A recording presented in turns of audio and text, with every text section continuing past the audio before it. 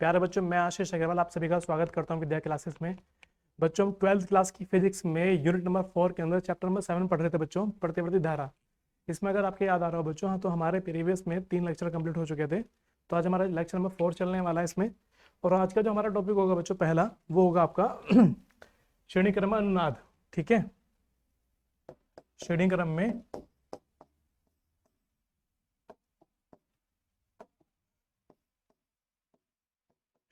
में अनुनाद। अब अनुनाद की स्थिति क्या होती है कि जब किसी परिपथ में जो हमारी प्रतिवर्ती वोल्टेज हम अप्लाई करते हैं उस सर्किट की जो आवृत्ति होती है मेंस के सर्किट के इक्वल हो जाती है, तो उस केस में वहां पर एक अनुनाद आवृत्ति उत्पन्न हो जाती है, जिसको हम यहाँ पर बोलते हैं अनुनाद की ये स्थिति होगी। यह अनुनाद एक फ्रिक्वेंसी निकल कर आती है। ठीक है, तो उस अनुनाद आवृत्ति के लिए वहां पे केवल प्रतिरोध होगा या प्रतिरोध नहीं होगा या प्रेरकत्व लगा हुआ होगा, ये चीजें आपको देखनी होंगी। फिलहाल अभी हम यहाँ पे लेके चलते हैं कि जब हमारे पास में श्रेणी क्रम में तीनों चीज लगी हुई हो, एल लगा हुआ, सी लगा हुआ और आर लगा हुआ हो, तो उस केस में ऐसा मान के चल लेते हैं बच्चों कि हमारे पास में एक सर्किट है ये वाला। ठीक है, इसमें प्रतिवर्ती हमारी वोल्टेज अप्लाई की जाती है, V बराबर V nought sine omega t. ठीक है, अब इस केस में यहाँ पे एक एल लगा देते हैं पहले, फिर सी लगा देते हैं और फिर यहाँ पे एक आर लगा देते हैं रेजिस्टेंस। ठीक है, तो ये आपका आर हो गया, आपका सी हो गया, आपका एल हो गया। तो आप जानते होंगे कि सीरीज में धारा का जो मान होता है करंट में श्रेणी क्रम में वो समान होता है, जबकि जो श्रेणी क्रम में वोल्टेज होती है वो अलग अलग होती है। तो ये वी एल हो जाएगी, ये आपकी वी सी हो जाएगी, ये आपकी वी आर हो जाएगी। ठीक है, तो एल से आर परिपथ हो गया एक तरीके से हमारा, ये हमारा कौन सर्किट हो गया बच्चों, ये एल सी आर हो गया। ठीक है, और एल सी आर हमने बच्चों आपको लास्ट लेक्चर में बताया था कि एल सी आर परिपथ की जो प्रतिबाधा होती है वो कितनी होती है। ठीक है, तो अगर आपको याद आ रहा हो बच्चों, तो इस सर्किट की जो प्रतिबाधा निकल कर आई थी वो हमारी निकल कर आती है प्रतिबाधा जेड बराबर जो हमारा वी अपॉन आई था यहाँ पे अंडर रूट में R square plus X L minus X C का स्क्वायर। ये एक्स सी होगा बच्चों यहाँ पे। ठीक है, बात समझ में आ रही है आपके। अब अगर यहाँ पर ध्यान से आप देखें तो अनुनाद आवृत्ति के लिए आपको यहाँ पे एक्सएल बराबर एक्सएल लेना होगा। ठीक है, तो जब यहाँ पर अगर हम यहाँ पर देख लेते हैं कि जेड बराबर अगर आप देखते हैं यहाँ पे, तो आपका निकल के आ जाएगा R square plus X L minus X C का स्क्वायर। ठीक है बच्चों, अगर ये बात क्लियर हो जाती है यहाँ से आपकी, तो अगर यहाँ पे देख लेते हैं कि इफ एक्सएल बराबर आपका एक्स सी हो जाता है अनुनाद आवृत्ति के लिए। ठीक है, अनुनाद आवृत्ति के लिए, अनुनाद आवृत्ति के लिए। ठीक है, अगर आपका एक्सएल बराबर एक्स हो जाता है, जैसे हम इस वैल्यू को यहाँ रखते हैं यहाँ पे, तो आप देखेंगे यहाँ पर क्या हो जाएगा, आप देखेंगे जेड इजिकल टू आपका आ जाएगा आर प्लस ये जीरो हो जाएगा। तो उस केस में आपका ये आर मिनिमम हो जाएगा। ठीक है, जीरो नहीं होगा चूंकि आर तो रहेगा ना, आर स्क्वायर यहाँ पर है। तो यहाँ से देखिए जेड मिनिमम बराबर कितना निकल कर जाएगा, आपका आर निकल कर जाएगा। तो जब आपका जेड मिनिमम हो जाएगा तो उस केस में परिपथ में जो धारा बह रही होगी, क्योंकि फॉर्मूला आपका था जेड बराबर V upon I, V upon I.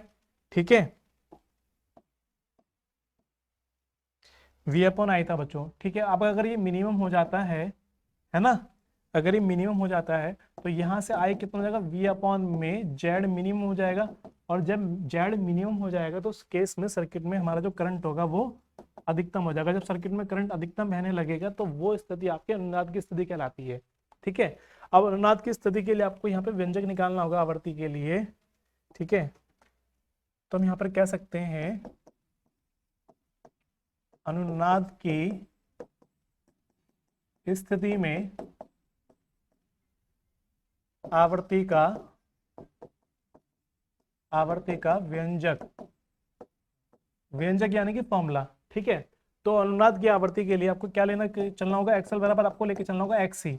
ठीक है, और आप यह जानते होंगे बच्चों कि एक्सएल बराबर जो आपका होता है वो होता है ओमेगा एल।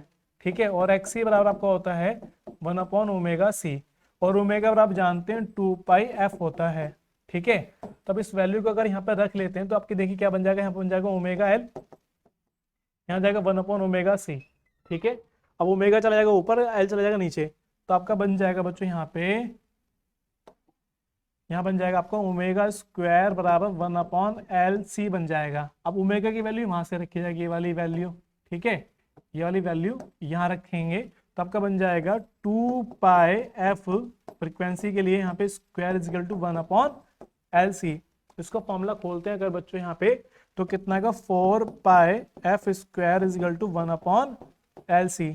ठीक है, तो अब जैसे ही वैल्यू रखी जाती है बच्चों, तो एफ स्क्वायर बराबर आपका जाएगा 1/4 पाई LC, और यहाँ पे एफ बराबर आ जाएगा अंडर रूट में 1/4 पाई LC। ठीक है, अगर यहाँ सॉरी स्क्वायर जाएगा ना बच्चों, यहाँ पे ये वाला, ये स्क्वायर चला जाएगा यहाँ पे और ये स्क्वायर आ जाएगा, तो जब उसको बाहर निकाला जाएगा बच्चों, तो आपका आवर्ती का व्यंजक निकल कर आ जाएगा यहाँ पे f बराबर 1/2 पाई अंडर रूट LC। ये है आपका आवर्ती का व्यंजक। तो अनुनाद की आवर्ती के लिए जो व्यंजक स्थापित हुआ है आपका, वो निकला है आपका f बराबर 1/2 pi under root LC। L यहाँ पर क्या है बच्चों, L आपका है प्रेरकत्व और C है आपकी धारिता बच्चों यहाँ पे। ठीक है, तो ये आपका अनुनाद की स्थिति में आवर्ती का व्यंजक हो जाता है, जो कि एग्जाम में आपसे पूछा जाता है बोर्ड के एग्जाम में। ठीक है, चलिए बच्चों अब अगला टॉपिक देख लेते हैं, शक्ति या सामर्थ्य। ठीक है, अगर हमारे पास में जो एसी सर्किट होते हैं उसमें शक्ति क्या होती है, सामर्थ्य क्या होती है। ठीक है, तो ध्यान देंगे चलेंगे बच्चों यहाँ पे। जैसे आप यहाँ पे देख पा रहे हैं कि एसी सर्किट जो होंगे आपके ये वाले, ये इंपॉर्टेंट है आपका बोर्ड के एग्जाम के लिए। एसी परिपथ में शक्ति, पावर इन एसी सर्किट है ना, तो जो शक्ति होती है नॉर्मली क्या होता है बच्चों, आपको याद होगा P बराबर आपने पढ़ा होगा V इंटू आई के इक्वल हो जाता है ना। V क्या वोल्टेज और I क्या आपकी धारा, यानी कि V और I के गुणनफल को यहाँ पे शक्ति कह सकते हैं किसी भी सर्किट की। ठीक है, अब शक्ति क्या होती है कि ऊर्जा के व्यय होने की दर, ऊर्जा के खर्च होने के लिए जो समय लगता है या जो दर होती है उसको यहाँ पर कह सकते हैं। तो देखिए वैद्युत परिपथ में ऊर्जा व्यय होने की दर, दर समझ रहे हैं, यानी कि जो ऊर्जा खर्च होगी बच्चों यहाँ पे। ठीक है, जो ऊर्जा यहाँ पे खर्च हो रही है कि दर को शक्ति है ना या सामर्थ्य, शक्ति या सामर्थ्य कहते हैं। ठीक है बच्चों, शक्ति या सामर्थ्य कहते हैं। यह धारा तथा वोल्टेज के गुणनफल के बराबर होती है, जैसे भी आपको दिखाया है V और I के गुणनफल के बराबर जा रही है। ठीक है, ये धारा यानी कि I, वोल्टेज यानी कि V के गुणनफल के बराबर होती है। ठीक है, यदि धारा एम्पियर तथा वोल्टेज आपकी वोल्टेज में वोल्ट में हो, तो शक्ति किस में होगी, वाट में, यानी शक्ति का जो मात्रक होगा बच्चों वाट होगा। ठीक है, जो यूनिट बनेगी वो वाट बन जाएगी। किसी प्रतिरोध धारा परिपथ की शक्ति का मान धारा तथा वोल्टता के बीच में कलांतर पर निर्भर करता है कि कलांतर क्या होगा क्या नहीं होगा।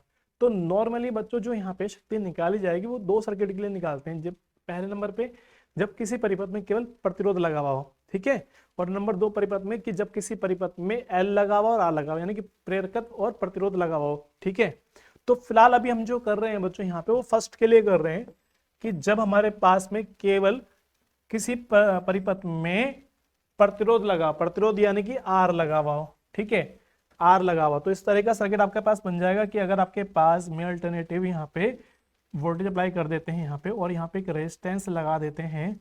ठीक है, तो ये आपका अल्टरनेटिव हो जाएगा V बराबर V naught sine omega t. ठीक है, और ये आपका R हो जाएगा। तो सर्किट में जो करंट जाएगा, अब जानते हैं कि जिस परिपथ में केवल R लगा हुआ हो उस केस में वहां पर वोल्टेज और धारा दोनों समान कला में होती हैं। जब समान कला में होती हैं बच्चों, तो उनकी जो इक्वेशंस आएंगी यहाँ पे लिखी रखा है कि यदि परिपथ में केवल है ना, परिपथ में केवल प्रतिरोध या धारा हो, तो वो धारा तथा वोल्टेज एक ही कला में रहेंगे, है ना। ऐसे परिपथ के लिए किसी क्षण वोल्टेज V तथा धारा I के मान निम्नलिखित समीकरण से व्यक्त कर सकते हैं यहाँ पे। तो जैसे आप यहाँ पे देख पा रहे होंगे बच्चों, V बराबर V naught sine omega t और I का जो मान होगा यहाँ पे वो ये हो जाएगा I बराबर I nought sine omega t. ठीक है, तो परिपथ की शक्ति हो जाएगी V और I के गुणनफल, यानी कि V और I, तो P बराबर देखिए V इंटू I आ जाएगा आपका यहाँ पे, ये देख पा रहे हैं बच्चों आप, P बराबर V इंटू I आ जाएगा। अब यहां से V का मान रखेंगे तो आपका बन जाएगा V naught sine omega t और I का मान रखेंगे तो I nought sine omega T. दोनों में साइन ओमेगा टी आ रहा है, तो साइन ओमेगा यहाँ पे दोनों की जब गुना करें तो स्क्वायर बन जाएगा। यहाँ पे आपका जाएगा P बराबर V not I nought sign square omega T. देखिए बच्चों ये आ रहा है, ठीक है, V not I nought sign square omega T. तो यहां तक आपके पास समझ में आ चुकी है कि किसी भी क्षण जो परिपथ की शक्ति होगी वो फॉर्मूला क्या बन जाएगा आपका P बराबर V square I square sine square omega t. ठीक है, अब इसके आगे देख लेते हैं, अगर इस परिपथ की औसत शक्ति निकाली जाती है तो एक चक्र के लिए बच्चों औसत शक्ति के लिए औसत मान जो होता है साइन स्क्वायर ओमेगा टी का, वो मान आपको याद रखना होगा कि 1/2 होता है। कितना होता है साइन स्क्वायर ओमेगा टी का औसत मान एक पूरे चक्र के लिए 1/2 होता है। तो अतः एक संपूर्ण चक्र के लिए परिपथ की औसत शक्ति कितनी हो जाएगी, जो आपकी इक्वेशन आई थी बच्चों ये वाली, V0 I0 sign square omega T, इस साइन स्क्वायर ओमेगा टी की जगह वैल्यू क्या रखी जाएगी 1/2 रखी जाएगी। ठीक है, और जैसे ही 1/2 रख देते हैं वैल्यू, तो आप देखिए यहाँ पर क्या बन जाएगा, एक तो बार लग जाएगा इस पे, है ना, P बार आ जाएगा आपका ये वाला, P bar is equal to V square sorry V0 into I0 into 1/2। अब 1/2 को बच्चों लिख लेंगे, क्योंकि हम जानते हैं 1/2 को हम लिख सकते हैं 1/√2 इंटू 1/√2 लिख सकते हैं। ठीक है, तो इसलिए आप ध्यान देंगे यहाँ पे कि हमने इस 2 को 1√2 लिख लिया, और आप जानते हैं कि इसको हम यहाँ पे VRMS लिख सकते हैं और इसको हम यहाँ पे IRMS लिख सकते हैं। चूंकि P और I हमने बता दिया कि दोनों का जो मात्रक यहाँ से गुणनफल से निकलेगा वो वाट निकलेगा, इसलिए यहाँ पर इसका मात्रक आ जाता है वाट। तो बात समझ आ रही, P बार बराबर है ना, P बार बराबर VRMS इंटू IRMS। ठीक है, अतः केवल प्रतिरोध वाले प्रत्यावर्ती धारा परिपथ में औसत शक्ति, ठीक है, औसत शक्ति कश है वर्ग माध्य मूल वोल्टता, है ना, यानी कि VRMS वोल्टेज जो आपकी है, और वर्ग माध्य धारा यानी कि IRMS जो है आपका के गुणनफल के बराबर होता है। इस प्रकार के परिपथ के लिए तात्कालिक वोल्टता V तथा धारा I शक्ति P के समय के साथ परिवर्तन दर्शाने का ग्राफ आपको दिखा रखा है यहाँ पर, कि जो आपका ग्राफ जा रहा होगा। ठीक है, अब ध्यान देंगे बच्चों यहाँ पे कि जैसे हम जानते हैं कि प्रतिवर्ती जो धारा होती है वो अल्टरनेटिव होती है, यानी कि ऊपर नीचे जाती है। जब वैल्यू ऊपर की तरफ जाती है इस तरीके से कि जब ये ऊपर जा रही है तो ऊपर वाला मान प्लस में जाता है, नीचे वाला मान माइनस में जाता है। ठीक है, तो अगर आप यहाँ पर ध्यान से देखें तो ये आपके पास एक्स एक्सिस मान लेते हैं, आपको वाई एक्सिस मान लेते हैं, तो ऊपर की तरफ वैल्यू प्लस में जा रही है, नीचे की तरफ वैल्यू माइनस में जा रही है। ये वाला ग्राफ आपको दिखाई दे रहा होगा V का है ना, और जो डॉटेड वाला ग्राफ है वो I का ग्राफ है। जब दोनों की गुणनफल करते हैं तो P का ग्राफ थोड़ा सा बढ़ जाता है, इसलिए आप देख पा रहे होंगे P का ग्राफ जो है डार्क में आपको ऊपर की तरफ जा रहा है। ठीक है, दोनों के मल्टीपल का निकल के आते हैं ना, दोनों की गुना कर रहे हैं, जब दोनों की गुना कर रहे हैं तो इसका परिमाण बढ़ जाएगा, और नीचे वैल्यू माइनस की माइनस को गुना करें तो वैल्यू प्लस हो जाएगी, इसलिए फिर से ग्राफ आपको ऊपर की तरफ ही चला जाता है। तो ये आपका ग्राफ हो जाएगा P का। ठीक है, P यानी कि शक्ति का ग्राफ दिखा रहा है। ठीक है बच्चों, तो यहां तक बात आपकी क्लियर हो गई होगी। चलिए अब आगे चलते हैं कि जब हमारे किसी सर्किट में क्या लगा हो बच्चों, जब हमारे पास किसी सर्किट में L और R लगा हुआ हो, परिपथ में प्रतिवर्ती धारा का शक्ति और शक्ति गुणांक हमको निकालना है, शक्ति गुणांक और शक्ति निकालना है। ठीक है, शक्ति गुणांक हमको दो चीज निकालनी है यहाँ पर। ठीक है, तो ध्यान देंगे इसमें क्या कहना चाह रहा है आपसे वो, कि यदि किसी सर्किट में आपके पास में, अगर आपके पास में कोई सर्किट ऐसा है जिसमें LR लग रहा हो, ठीक है, तो उस केस में आप जानते होंगे कि जो वोल्टेज होती है आपकी जो वोल्टेज होती है, मान के चल लेते हैं कि इसमें जो करंट जा रहा होगा आपका वो आगे की तरफ जा रहा होगा। ठीक है, ठीक, ये करंट आपका आगे की तरफ जा रहा होगा, लेकिन जो आपकी वोल्टेज जाती है, कौन सी वाली वोल्टेज आती है आपकी, वोल्टेज जो आपकी जाती है, आप जानते हैं यहाँ पे कि मान लेते हैं कि ये जो धारा होगी आपकी I, श्रेणी क्रम में दोनों के मान समान होते हैं। अब इस सर्किट को अगर बनाना तो कैसे बना सकते हैं कि आप ले सकते हैं एक अल्टरनेटिव, यहाँ पे वोल्टेज ले सकते हैं V बराबर V0 sine square sine omega t, और यहाँ पे एक लगा दीजिए L और एक लगा दीजिए R, तो आपका बन जाएगा ये R और ये बन जाएगा आपका L। तो यहाँ आप जानते हैं कि वोल्टेज VL हो जाएगी, ये आपकी वोल्टेज VR हो जाएगी, और श्रेणी क्रम में धारा का मान समान होता है, इसलिए धारा आपकी आ गई I। ठीक है, और R के सिरे पर जो वोल्टेज होती है VR, वो धारा के साथ होती है समान कला में, जबकि जो वोल्टेज VL होती है वो होती है 90 डिग्री अग्रगामी। ठीक है, अग्रगामी होती है धारा से, तो इसलिए दोनों का जो परिमाणी निकल कर आएगा, दोनों का जो परिमाण निकल कर आता है वो इस तरीके से यहां से चला जाता है। ठीक है, आपको निकालने के लिए आपको फिर यहाँ पे इसको एक डॉटेड लाइन ड्रॉ करनी पड़ती है वाली इस तरीके से, और यहाँ पे एक डॉटेड लाइन इस तरीके से ड्रॉ करनी पड़ती है। ठीक है, तो हम यहाँ पर कह सकते हैं कि जो लाइन निकल कर आती है वो V होती है, और ये फाई कलांतर आपकी अग्रगामी होती है LR परिपथ में। ठीक है। एल आर परिपथ में कितनी होती है, फाई कलांतर आपकी वोल्टेज जो होती है ये वाली वो अग्रगामी होती है। ठीक है, तो देखिए यदि किसी प्रत्यावर्ती धारा परिपथ में प्रतिरोध आर है ना तथा प्रेरकत्व एल दोनों लगे हैं तो धारा आई वोल्टेज वी से कला में पश्चिगामी, यानी कि धारा जो है पीछे की तरफ रहती है, क्योंकि वोल्टेज आ गया ना तो धारा आपकी पीछे की तरफ है ना, पश्चिगामी होती है। यदि धारा और वोल्टेज के बीच कलांतर फाई हो, जैसे हमने दिखा रखा चित्र में, कितना कलांतर फाई हो, तो परिपथ के किसी क्षण वोल्टेज तथा धारा के मान जो होंगे बच्चों तो ये निम्नलिखित निकल कर आ जाएंगे, क्योंकि हमको बताना धारा पश्चिगामी है। जब धारा पश्चिगामी है तो माइनस लगाया जाएगा आई वाले इक्वेशन, क्योंकि हमने लिखा है कि धारा पश्चिगामी है, ये ना धारा आई वोल्टेज वी से पश्चिगामी होती है, तो जब पश्चिगामी है तो इसमें माइनस लगाएंगे, या हम इसमें कह सकते हैं बच्चों कि वोल्टेज धारा से फाई कलांतर अग्रगामी है। अगर हम इस बात को कहते हैं तो उस केस में आप समीकरण इस्तेमाल करेंगे V बराबर V nought sine omega t plus के फाई, और I का इक्वेशन यूज करेंगे I nought sine omega t. आप इसको भी इक्वेशंस को यूज कर सकते हैं। ठीक है, तो अब देखिए यहाँ पे V का मान निकल कर आ गया, V बराबर V nought sine omega t, और I के मान में आपने यहाँ पे माइनस लगा दिया इस लैंग्वेज के अकॉर्डिंग। तो आपको ये लैंग्वेज भी ध्यान से देखनी है। ठीक है, अब दोनों की गुना कर देंगे तो आपको शक्ति निकल कर आ जाएगी, तो किसी क्षण परिपथ में शक्ति जो होगी वो P बराबर V इंटू आई आ जाएगा, गुना कर दी। अब इन दोनों के बच्चों में मानक दिए V naught sine omega T है ना, और I naught sine omega T minus five आ जाएगा यहाँ पे। अब चूंकि आप ये फॉर्मूला देख पाते होंगे कि साइन ए माइनस बी का फॉर्मूला होता है, साइन ए माइनस बी का फॉर्मूला होता है sign A cos B minus cos A sine B. तो उस फॉर्मूले से यहां पर खोलेंगे कि sign A cos B cos A sine B. ठीक है, ये आपका फॉर्मूला खुल गया यहाँ पे, और यहाँ पे आपका आ गया वी नोट आई नोट, ये आ गया साइन ओमेगा टी यहाँ पर आ गया। अब इस साइन ओमेगा टी की बच्चों अंदर गुना करेंगे, अंदर गुना करेंगे तो आपका बन जाएगा साइन ओमेगा टी यानी साइन स्क्वायर ओमेगा टी, और कॉस फाई ऐसे आ गया। जब इसको अंदर गुना करें तो sine omega T into cos omega T into sine phi. ठीक है, अब यहाँ पे क्या काम करना है बच्चों, आपको ऊपर नीचे 2 से गुना कर देनी है। आप देख पा रहे हैं ना, ऊपर नीचे यानी कि 2 से गुना करेंगे, 2 से भाग करेंगे। जब 2 से गुना करेंगे बच्चों तो आपका फॉर्मूला बन जाएगा ये वाला, इतना हिस्सा, ये वाला फॉर्मूला बन जाएगा 2 साइन ए कोस बी, यानी कि साइन 2 प्लस साइन 2 साइन ए कोस ए है ना, तो आपका बन जाएगा साइन 2 थीटा वाला फॉर्मूला। ठीक है, तो 1/2 तो ऐसे कैसे आ गया वाला, और sine 2 omega T into five आ जाएगा है ना, और यहाँ पे साइन उसका 5 हो जाएगा। और आप जानते हैं बच्चों की प्रतिरोध धारा के लिए संपूर्ण चक्र के लिए साइन स्क्वायर ओमेगा टी की वैल्यू होती है बच्चों 1/2 होती है, 1/2।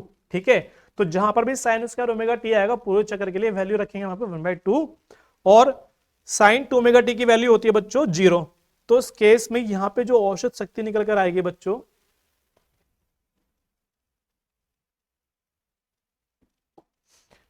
औसत शक्ति जो निकल कर आएगी पी बराबर आपका जाएगा V R 1/2 V note I nought, यहाँ पे इसकी वैल्यू देखेंगे 1/2 रखी जाएगी, ये 1/2 हम रख चुके हैं यहाँ पे, और cos फाई आपका ऐसी कैसी आ गया, और इसकी जगह जब 0 रखा जाए तो पूरा ये 0 हो जाएगा बच्चों, तो यानी कि ये हिस्सा आपका खत्म हो जाएगा। तो आपका बचेगा 1/2 V note I naught cos phi. 1/2 को बच्चों लिख लेंगे रूट में अलग करके, V naught upon √2 I naught upon √2 cos phi आ जाएगा, इसे क्वेश्चन नंबर 1 मान लेंगे। और आप जानते हैं बच्चों कि इसको हम लिख सकते हैं VRMS, इसको लिख सकते हैं बच्चों यहाँ पे IRMS है ना। तो आपका ये हो गया कि किसी भी परिपथ की औसत शक्ति जो निकलकर यहाँ पर आएगी जब परिपथ में L और R लगा हुआ होगा, तो P बार बराबर VRMS into IRMS into cos phi, और जो cos फाई है बच्चों इसी को यहाँ पर बोलते हैं पावर फैक्टर, यानी कि शक्ति गुणांक कहते हैं। राशि cos फाई परिपथ का शक्ति गुणांक है, पावर फैक्टर कहलाती है। ठीक है, अब इसका मान किस पर निर्भर करता है, इसका मान परिपथ की प्रकृति अर्थात परिपथ में उपस्थित अवयव, जैसे प्रतिरोध लगा हुआ है, धारिता लगी हुई है, प्रेरकत्व लगा हुआ है। चूंकि जैसे अगर आपके याद आ रहा हो जब हमने पहला वाला पढ़ा था बच्चों, पहला वाला पढ़ा था इसमें हमने कि जब आपका परिपथ में केवल आर लगा हुआ होगा है ना, परिपथ में केवल आर लगा हुआ होगा तो उस केस में धारा वोल्टेज समान कला में होती है। जब समान कला में होते हैं तो cos फाई की वैल्यू क्या रखी जाएगी 0 डिग्री, और cos 0 की वैल्यू कितनी हो जाएगी 1, तो 1 जैसे रखते हैं तो आपका आ जाएगा P बराबर P बार बराबर VRMS इंटू IRMS, ठीक है। लेकिन अगर कॉस लगा हुआ तो उसकी वैल्यू अलग निकल कर आएगी, ठीक है। अब यहां पर शक्ति गुणांक के लिए अगर व्यंजक निकालना हो आपको तो आप जानते हैं, जैसे भी आप देखे होंगे सर्किट पीछे पीछे सर्किट अभी आपका बनाया था ना यहाँ पे, कि अगर आपके पास में यहां पर देख लेंगे अगर आपके पास में मान लेते करंट है, ठीक है, और ये आपके पास में वोल्टेज आती है उसके ऊपर VR, ये वाली जाती है, ठीक है। वोल्टेज VR चलेगी और ये चलेगी आपकी वोल्टेज VL, ठीक है, ये वोल्टेज चलेगी VL। तो इन दोनों का जो परिणामी निकल कर आएगा बच्चों, है ना, ये वोल्टेज आपकी इस तरीके से हो जाएगी पाई कलांतर, ठीक है। जब ये पाई कलांतर हो जाएगी तब क्या काम करेंगे, इसको इस पे कलम डाल देंगे इस तरीके से, और यहाँ से इस पे कलम डाल देंगे यहाँ पे इस तरीके से। तो आप कह सकते हैं बच्चों यहाँ पे कि ये आपका I होगा, ये आपका VR होगा, ये आपका VL होगा, ये आपका V होगा, ये आपका पाई कलांतर अग्रगामी कह सकते हैं, धारा आपको पश्चिमगामी कह सकते हैं। तो अब यहां से अगर आपको कॉस निकालना है तो ये वैल्यू कितनी जाएगी, VL हो जाएगी, ठीक है। अगर ये वैल्यू VL हो जाएगी बच्चों आपकी, तो आप यहां से कॉस बराबर क्या निकालेंगे, आप जानते हैं ना कॉस थीटा, कॉस फाई लगाएंगे, कॉस फाई बराबर क्या होता है आपका आधार बटे कर्ण, है ना। तो आधार कितना गया VR, कर्ण कितना गया यहां से V, ये वाला V चला जाएगा। अब आप जानते हैं बच्चों की जो इसकी वैल्यू होती है IR, और इसकी वैल्यू होती है यहाँ पे आपकी, अगर हम यहाँ से देखते हैं तो आर स्क्वायर निकालेंगे प्लस क्या आपको यहाँ पे XL का स्क्वायर निकाल लेंगे, इस तरीके से यहाँ पे जो आई आएगा वो कैंसिल हो जाएगा, ठीक है। तो अब यहाँ पे देख सकते हैं कि इस फॉर्मूले के अकॉर्डिंग वैल्यू की आपकी क्या बनती है, चूंकि आप इसको बोलते हैं ना XL होगा आपका ये, ठीक है, और ये आपका R है, ठीक है, ये आपका R है। अब उस केस में अगर ये बात आपके समझ में आ जाती है तो यहाँ से cos फाई की वैल्यू क्या निकल कर जाएगी आपकी R upon √R square plus XL, और XL की जगह क्या लिख देंगे बच्चों यहाँ पे, XL की जगह लिखा जाएगा आपको ओमेगा L, ठीक है। और ओमेगा ये हमने लिख भी रखा है यहाँ पे कि अंडर जो है आपका R square plus omega L square जो है LR परिपथ की प्रतिबाधा होती है। तो यहाँ से cos फाई बराबर क्या आएगा आपका R अपॉन Z आ जाएगा। तो इस तरीके से यहाँ पर हम किसी भी चीज का शक्ति गुणांक यहाँ पर निकाल सकते हैं, ठीक है। अब कोई दिक्कत यहाँ पर आपको, चलिए अगर यहाँ पे कोई दिक्कत आपको नहीं है तो इसका मतलब हो गया कि अब ऐसे परिपथ जिसमें L और R लगे हुए हो, सॉरी L लगा हुआ या C लगा हुआ हो, ठीक है, तो उस केस में क्या होगा, अतः किसी प्रतिवर्ती धारा परिपथ में ओमीय प्रतिरोध यानी कि R तथा परिपथ की प्रतिबाधा के अनुपात को परिपथ का शक्ति गुणांक कहते हैं, शक्ति गुणांक कहते हैं। चूंकि cos फाई का मान सदैव 1 से कम होता है, ठीक है, cos फाई का मान सदैव 1 से कम होगा। क्यों होगा सदैव 1 से कम, चूंकि R अपॉन में Z आ रहा है। अब Z की जो वैल्यू होगी बच्चों वो हमेशा जैसे ओमेगा L का मान को रख के तब निकालेंगे, तो R से तो मान ज्यादा निकल कर आएगा ना, तो इसलिए Z का मान नीचे का हमेशा R से ज्यादा होगा। जब नीचे का मान ज्यादा होगा इसलिए cos फाई की जो वैल्यू होगी आपकी वो हमेशा 1 से कम होगी, 1 से कम होती है। तो LR परिपथ में शक्तिशय उतनी ही वोल्ट तथा धारा पर केवल प्रतिरोध वाले परिपथ में होना शक्तिशय से कम होती है, जिसके लिए यहाँ पे बच्चों आपको ग्राफ दिखा रखे हैं। ये धारा आपका I के लिए आ गया। तो आप देख पा रहे होंगे कि जिसका जब इसका आधा चक्र पूरा होता है यहाँ पे वोल्ट धारा का या वोल्टेज का, तो उस केस में यहाँ पर ये थोड़ी सी शक्ति नीचे की तरफ चली जाती है, ठीक है। चलिए अगर यहां तक बात क्लियर है तो अब अगला टॉपिक देख लेते हैं बच्चों। अगला टॉपिक आपका जाता है वाटहीन धारा। वाटहीन धारा है ना, वाटहीन धारा क्या कौन सी होती है कि जिसमें ऊर्जा का धारा तो बहे लेकिन ऊर्जा का व्यय ना हो, तो ऊर्जा खर्च ना हो रही हो उसमें आपकी, है ना, तो ऐसी धारा को यहाँ पे वाटहीन धारा बोल देते हैं। तो ध्यान से देखिए बच्चों कि यदि किसी परिपथ में केवल प्रेरकत्व और धारिता यानी कि L और केवल C लगे हो, R का मान 0 यानी कि R हो ही ना, R की वैल्यू कितनी हो बच्चों यहाँ पे 0 हो, ठीक है। यदि R का मान 0 हो तो धारा तथा वोल्टेज में कितना कलांतर होगा, यदि C लगा हुआ है तो 90 डिग्री पीछे होगी वोल्टेज, और अगर L लगा हो तो 90 डिग्री अग्रगामी होगी, यानी कि 90 डिग्री का अंतर रहेगा। कलांतर कितना रहेगा 90 डिग्री का होता है। तो उस केस में जैसे cos फाई की वैल्यू यहाँ पे रखी जाएगी, cos फाई की वैल्यू 90 रख देते हैं यहाँ पे बच्चों, तो cos फाइव की वैल्यू 90 रखने पर cos 90 की वैल्यू आप जानते हैं 0 होती है, और जैसे ही 0 रखा जाएगा तो उस केस में आप कह सकते हैं कि जो शक्ति आपकी निकल कर आएगी वो P बार बराबर कितनी आएगी, 0 हो जाएगी, है ना।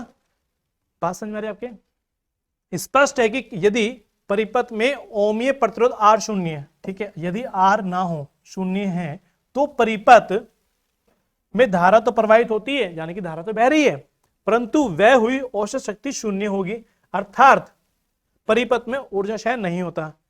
परिपथ में इस प्रकार की धाराओं को बच्चों क्या बोलते हैं, वाटहीन धारा कहते हैं।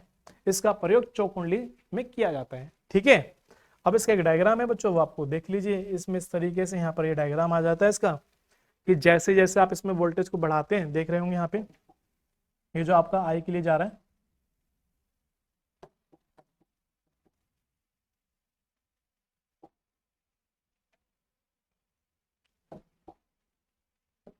ये जो आपका आई के लिए जा रहा है ना, ये वाला इस तरीके से, है ना, ये जो आपका आई के लिए जा रहा है, और आप यहाँ पे देख पा रहे होंगे बच्चों, ये वाला जो ग्राफ आपका हो गया, ये आई के लिए हो गया। और अगर आप इसमें देख पाए,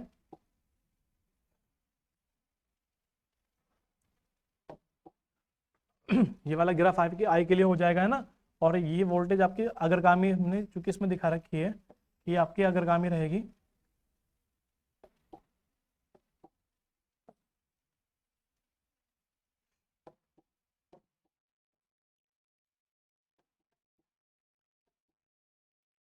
चलिए बच्चों ये ध्यान देंगे यहाँ पे। जैसे आप ये देख पा रहे होंगे, ये आपका किसका जो ग्राफ जा रहा है, पी का ग्राफ जा रहा है, जिसमें आपके आधे चक्र में ही 2 बार राउंड पूरे कर लेती है, इसलिए औसत शक्ति यहाँ पर आपकी 0 जा रही है, ठीक है। अब चलिए बच्चों अगला टॉपिक देखेंगे, ट्रांसफार्मर। ये इंपॉर्टेंट टॉपिक है आपके बोर्ड के एग्जाम के लिए, ठीक है।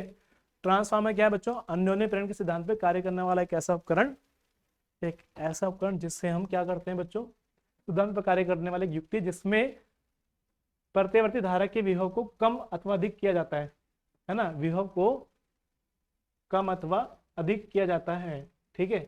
एक ऐसी युक्ति होती है, आपने देखा होगा कि खंभों के पास बड़े बड़े ट्रांसफार्मर लगे हुए होते हैं, जो 11,000 वोल्टेज की जो लाइन है आपकी, उसको कन्वर्ट कर देते हैं कम वोल्टेज में, और आपके घरों में जो सप्लाई करते हैं 220 वोल्टेज या 240 वोल्टेज की सप्लाई कर देते हैं, ठीक है। आपने देखा होगा जो आप लैपटॉप यूज करते हैं, आप अपने मोबाइल के चार्जर को यूज करते हैं, तो उस पर लिखा होता है कि बच्चों कि इनपुट वोल्टेज 220 है, लेकिन आउटपुट जो आपको चार्जिंग कर रही है वहां पे लिखा होता है 5 वोल्ट या 20 वोल्ट, है ना।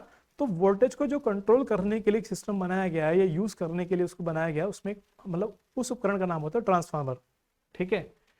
ट्रांसफार्मर केवल प्रतिरोध धारा या विभव को ही परिवर्तित करने के काम आता है, डिस्ट धारा या विभव के परिवर्तन में काम नहीं आता, यानी डिस्ट यानी कि डीसी करंट के लिए, ये केवल एसी पे वर्क करता है आपका, ठीक है। और ये आपके 2 प्रकार के आपके बच्चों होते हैं यहाँ पे, है ना, एक उच्चाई ट्रांसफार्मर, स्टेप अप ट्रांसफार्मर, एक आपका होता है बच्चों अपचाई ट्रांसफार्मर, स्टेप डाउन ट्रांसफार्मर, ठीक है। तो उसमें क्या फर्क होता है, क्या फर्क नहीं होता, वो दोनों हमने यहाँ दिखा रखे हैं। इसमें नॉर्मली अभी हम इसकी क्रिया रेखा पढ़ेंगे, हम इसकी एक रचना पढ़ेंगे। इसमें होता क्या क्या, इसमें प्लेटें होती हैं ना, तो नॉर्मली अगर आपको ध्यान रखना है तो आप ध्यान रखेंगे कि उच्चाई ट्रांसफार्मर में प्राथमिक कुंडली में मोटे तारों की तांबे के कम फेरों की संख्या होती है, और द्वितीय कुंडली में पतले तांबे के तारों की ज्यादा फेरों की संख्या होती है, ठीक है। जबकि अपचाई ट्रांसफार्मर में प्राथमिक में कम फेरे होते हैं, सेकेंडरी में आपके मोटे तारों की ज्यादा संख्या होती है, सॉरी कम संख्या होती है। तो नॉर्मली क्या होता है कि यदि प्राथमिक में कम फेरे हैं और द्वितीयक में आपके ज्यादा फेरे हैं, तो ये ऐसा ट्रांसफार्मर यूज करते हैं, उच्चाई ट्रांसफार्मर, जो कम वोल्टेज को बढ़ाकर आपको ज्यादा सप्लाई करता है। आपने कई बार ऐसा देखा होगा, पुराने टाइम में फ्रिज के ऊपर एक स्टेबलाइजर रखाया जाता था, जो हमारे वोल्टेज घरों पे लाइट आती थी वो 100 वोल्टेज आती थी, लेकिन उसको यूज करने के लिए 220 वोल्टेज चाहिए होती थी, तो हम इस स्टेबलाइजर यूज करते थे, स्टेबलाइजर, है ना। तो जो वोल्टेज को बढ़ा दिया करता था, इंक्रीज कर दिया करता था, ठीक है। और ये वाला जिसमें पहले में ज्यादा फेरे हैं, दूसरे वाले में कम फेरे हैं, तो ये ऐसा ट्रांसफार्मर होता है जो ज्यादा वोल्टेज को कम करके देता है, जो ज्यादा वोल्टेज को कम करके देता है। जैसे आपके पास मोबाइल चार्जर होता है, उसके अंदर जो लगा हुआ आपके पास में ट्रांसफार्मर होगा, वो यही होगा जो 220 को कन्वर्ट करके 5 या 20 में आपको देता है, ठीक है। बात समझ में आ रही है आपके। इसमें 2 कुंडलियां होती है, पहली वाली में प्राथमिक बोलते हैं, है ना, इसमें एसी मेंस यानी कि प्रतिवर्ती धारा लगा देते हैं। द्वितीय का आपकी कुंडली हो जाती है, ये आप देख पा रहे होंगे कि इसमें कम फेरे हैं, इसमें ज्यादा फेरे हैं, तो इसलिए इसका नाम रखा गया उच्चाई ट्रांसफार्मर, यानी कि ये वाला हो जाएगा, ठीक है, ये वाला, चलिए अब इसमें ध्यान से देखेंगे, यदि फेरों की संख्या यहाँ पे अगर आप लेके चलते हैं एनपी, एनपी का मतलब होता है प्राइमरी कुंडली, है ना, प्राथमिक कुंडली को यहाँ पे प्राइमरी कुंडली बोला जाता है। और इसमें यहाँ पे लिख देंगे यहाँ पे एन एस, यानी कि सेकेंडरी कुंडली में फेरों की संख्या। ये जो फेरों की संख्या होती है, ठीक है, तो अब ध्यान देंगे यहाँ पे आप देख पाए होंगे कि यहाँ पर ऊंचाई ट्रांसफार्मर क्या होगा, इसके द्वारा कम विभव वाली प्रबल पड़त्व धारा को ऊंचे विभव वाली निर्बल धारा में परिवर्तित किया जा सकता है, यह किया जाता है। अपचाय ट्रांसफार्मर इसके द्वारा ऊंचे विभव वाली निर्बल पड़त्व धारा को कम विभव वाली प्रबल धारा में बदला जाता है, ठीक है। ये इसकी क्रिया रेखा होगी, है ना, यहाँ पर इसकी क्रिया रेखा हो जाएगी और ये इसकी रचना हो जाएगी, मतलब रचना हो जाएगी, यहाँ पर इसकी कार्यविधि हो जाएगी, ठीक है। रचना में क्या है यहाँ पे कि इसमें कच्चे लोहे की आयताकार गोलाकार मुड़ी हुई पत्तियां एक पटलित क्रोड के रूप में होती हैं। ये पत्ते एक दूसरे से ऊपर लाइक वार्निश के माध्यम से इनको लगाया जाता है जिससे ये अलग अलग रहें, ठीक है। वार्निश से जोड़ दिया जाता है जिससे कि ये एक दूसरे से पृथक रहते हैं, यानी कि अलग अलग रहें। क्रोड में कम भंवर धाराएं उत्पन्न की जाती हैं, ठीक है। वैद्युत ऊर्जा का ह्रास घट जाता है। इस क्रोड पर तांबे के तार की दो कुंडलियां इस प्रकार लिपटी होती हैं कि एक दूसरे से लोहे की क्रोड से पृथकृत रहे, ठीक है। जैसे कि चित्र यहाँ पे आपको ए में दिखा रखा हमने यहाँ पे, ठीक। इसमें से एक तांबे के मोटे तार के कम फेरों वाले होते हैं तथा दूसरे में तांबे के पतले तार के अधिक फेरों की संख्या होती है ना। ऐसे को प्राथमिक कुंडली या प्राइमरी और दूसरी को यहाँ पे द्वितीय कुंडली यानी कि सेकेंडरी बोलते हैं, ठीक है। उच्चाई ट्रांसफार्मर यहाँ पे दिखा रखा है कि उच्चाई ट्रांसफार्मर में क्या होगा और अपचाई ट्रांसफार्मर में क्या होगा, ठीक है। आप देख पा रहे हैं ना कि उच्चाई ट्रांसफार्मर में मोटे तारों की कम फेरों की संख्या उच्चाई ट्रांसफार्मर ये वाला प्राथमिक कुंडली में होती है ना, और पतले तारों की अधिक फेरों वाली संख्या दूसरी कुंडली में होती है, ठीक है। और अपचाई में इसकी विपरीत होता है, उसका अपोजिट आपको दिखाई दे रहा होगा यहाँ पे, ठीक है। तो नॉर्मली क्या होता है अगर आप इसकी कार्यविधि देखते हैं कि जिस विद्युत वाहक बल को परिवर्तित करना होता है उसे सदैव प्राथमिक कुंडली में जोड़ देते हैं। जब प्राथमिक कुंडली में प्रतिवर्त धारा प्रवाहित होती है तो धारा के प्रत्येक चक्कर में क्रोड एक बार एक दिशा में चुंबकित होता है, एक बार एक दिशा में चुंबकित हो जाता है, ठीक है। दूसरी बार दूसरी दिशा में चुंबकित हो जाता है, यानी कि अल्टरनेटिव ऊपर नीचे जा रहा होगा। अतः क्रोड में एक परिवर्तित चुंबकीय क्षेत्र उत्पन्न हो जाता है। इस प्रकार प्राथमिक कुंडली की वैद्युत ऊर्जा का क्रोड में चुंबकीय ऊर्जा के रूप में स्थानांतरण हो जाता है, ठीक है। तो इस तरीके से जैसे चुंबकीय फ्लक्स में परिवर्तन यहाँ पर होगा बच्चों आपका, तो इस प्रकार विद्युत वाहक बल आपको उत्पन्न हो जाएगा। जैसे विद्युत वाहक बल आपका उत्पन्न होता है तो हम यहाँ पर कह सकते हैं कि दोनों कुंडलियों में हमने इस प्रकार वैद्युत चुंबकीय प्रेरण के प्रभाव से द्वितीय कुंडली में उसी आवृत्ति का प्रतिवर्ती विद्युत वाहक बल आपको उत्पन्न हो जाता है। इस प्रेरित विद्युत वाहक बल का मान दोनों कुंडलियों में फेरों की संख्या के अनुपात प्राथमिक कुंडली को दिए गए विद्युत वाहक बल पर निर्भर करता है, ठीक है। हमने मान लिया कि पहली कुंडली में फेरों की संख्या एनपी है, दूसरी में एनएस यानी कि सेकेंडरी और पी यानी कि प्राइमरी, ठीक है। देख लेते हैं बच्चों यहाँ पे अब जैसे आप जानते हैं यहाँ पे कि वैद्युत चुंबकीय प्रेरण के सिद्धांत के अनुसार जो आपका प्राइमरी कुंडली में प्रेरित विद्युत वाहक बल आपका उत्पन्न होगा आपका E बराबर N del phi upon del t हो जाएगा। यहाँ पे P आ गया आपका प्राइमरी कुंडली के लिए, तो इस इक्वेशन को एक यहाँ पे आप एक मान के चल लेंगे। दूसरी वाली में आपका इसी प्रकार दूसरी में यानी कि NS यानी कि द्वितीय कुंडली में आपका आ जाएगा, ठीक है। फिर आपने यहाँ पर क्या काम कर दिया कि समीकरण आप कह सकते हैं यहाँ पे दो को आपने एक से भाग कर दिया, तो ES अपॉन EP बराबर आपका आ गया NS अपॉन NP, तो यहाँ पे आपका एक फॉर्मूला बन गया।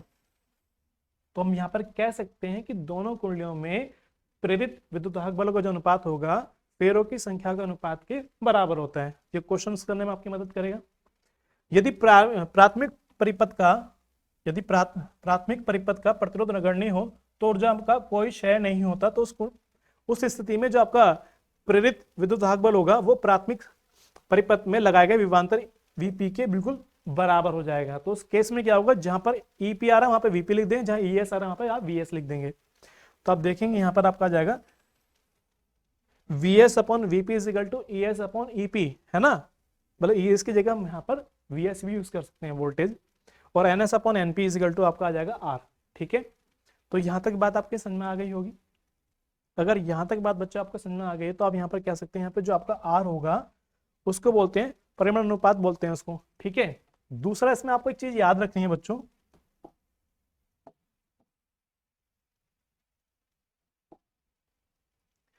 इसमें जो शक्ति का क्षय होता है, यानी कि P बराबर आपका जो होता है प्राथमिक कुंडली में आपका आ जाएगा प्राथमिक कुंडली में आपका आ जाएगा Vp इंटू में Ip। अगर पहली वाली कुंडली में धारा आपकी जा रही है I, है ना, और दूसरी में जा रही है Vs इंटू में Is, तो यहां से अगर आप देखते हो तो Vs अपॉन Vp बराबर आपका आ जाएगा, यहाँ पे क्या आ जाएगा, Ip अपॉन Is आ जाएगा। अगर इसे इक्वेशन नंबर 2 मान लें, इसे इक्वेशन नंबर 3 मान लें, ठीक है, ये पहले तो हमारे पास, अच्छा पहले आपने दूसरे इसको मान लिया है, तो एक काम कर लेते हैं, पहली दूसरी आपने इसको मान लिया, इसको तीसरी मान लेते हैं, तो इसको फोर्थ मान लेते हैं, और जब इनको कंपेयर करेंगे बच्चों तो हम यहाँ पर कह सकते हैं तीसरी और फोर्थ से, तो आपका आ जाएगा E S upon E P बराबर V S upon V P बराबर N S upon N P बराबर I P upon I S is equal to R. ठीक है, तो हमारे पास में फॉर्मूले बन गए, अब हमें जैसी आवश्यकता होगी उसके अकॉर्डिंग हम वैसा फॉर्मूला यूज कर लेंगे। ठीक है, तो आप समझ गए होंगे यहाँ तक।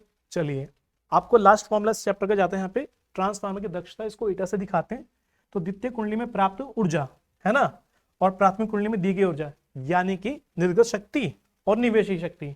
निर्गत यानी कि आपकी आउटपुट, है ना, तो इसको यहाँ पे आपका जाएगा वी एस इंटू में आई एस, और निवेशी यानी कि वीपी इंटू में आईपी। ठीक है, तो आपका ये फॉर्मूला हो जाता है बच्चों दक्षता के लिए, अगर आपको निकालना हो। ठीक है, अब इस पर रिलेटेड कुछ क्वेश्चन हमारे होंगे। जैसा पहला क्वेश्चन आपसे क्या रहा है बच्चों, ये कि एक ऊंचाई ट्रांसफार्मर 220 वोल्ट पर कार्य करता है तथा इसके एक लोड को 3 एम्पीयर की धारा दी जाती है। ठीक है, प्राथमिक और द्वितीयक फेरों की जो संख्या होगी आपकी, प्राथमिक और द्वितीयक फेरों की संख्या, प्राथमिक यानी कि NP और द्वितीयक यानी कि NS का जो अनुपात आपको दे रखा है 1:15 दे रखा है, इसको जब चेंज कर लेंगे तो NP अपॉन में NS जाएगा आपका 1/15 चला जाएगा।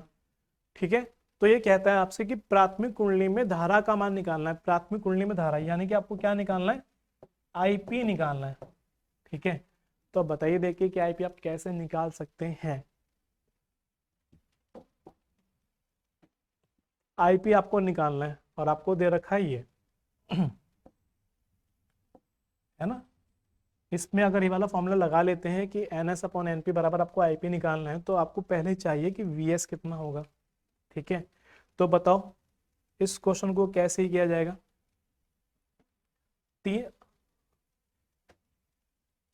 अच्छा देखिए यहाँ पर ध्यान से, ये आपसे कौन सा ट्रांसफार्मर बोला है इसने, ऊंचाई ट्रांसफार्मर बोला है। ठीक है, अब अगर इसने ऊंचाई ट्रांसफार्मर बोला है आपको ऊंचाई वाले में आप देखते होंगे यहाँ पे कि पहली वाली कुंडली में कम फेरे हैं, दूसरी वाली में ज्यादा फेरे हैं। ठीक है,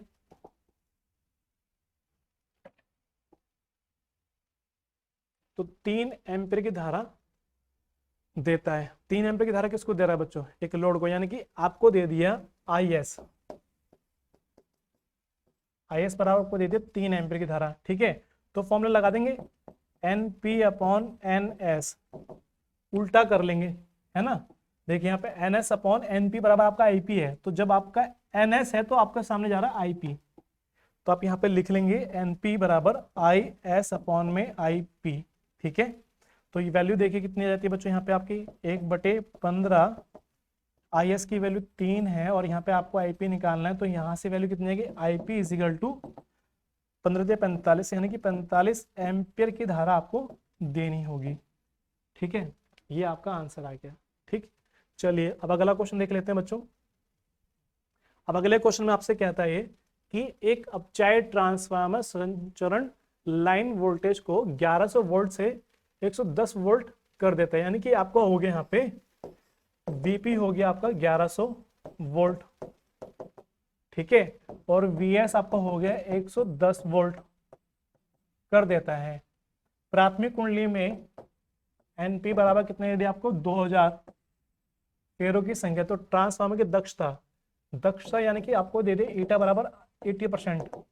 तो जब 80% दे दें कि 80/100 हो गया, यानी कि उसको काट दें, ईटा बराबर आपका आ गया 0.8 आ गया।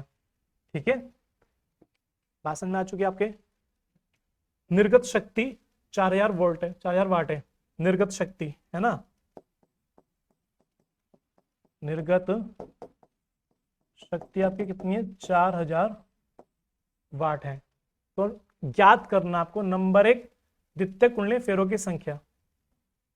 तो कौन सा फॉर्मूला लगाएंगे आप, ये वाला फॉर्मूला लगा लेंगे बच्चों, Vs/Vp बराबर NS/NP। ठीक है, देखें यहां पर फॉर्मूला लगाएंगे, पहला वाला जब आप निकाल लेंगे पार्ट ए वाला, Vs/Vp बराबर NS/NP। ठीक है, अब ध्यान देंगे यहां पर आप,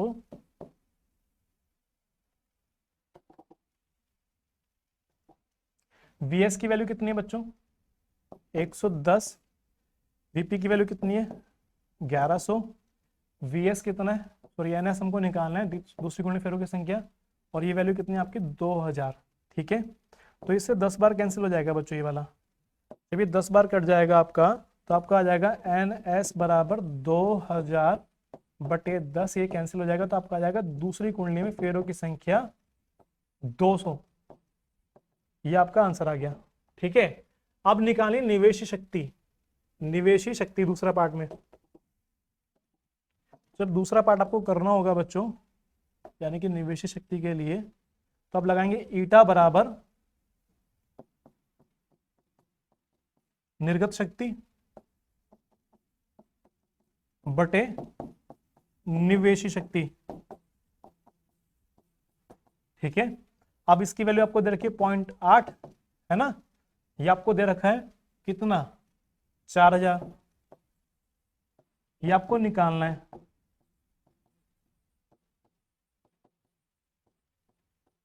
तो ये साइड चला जाएगा, तो आपका आ जाएगा बच्चों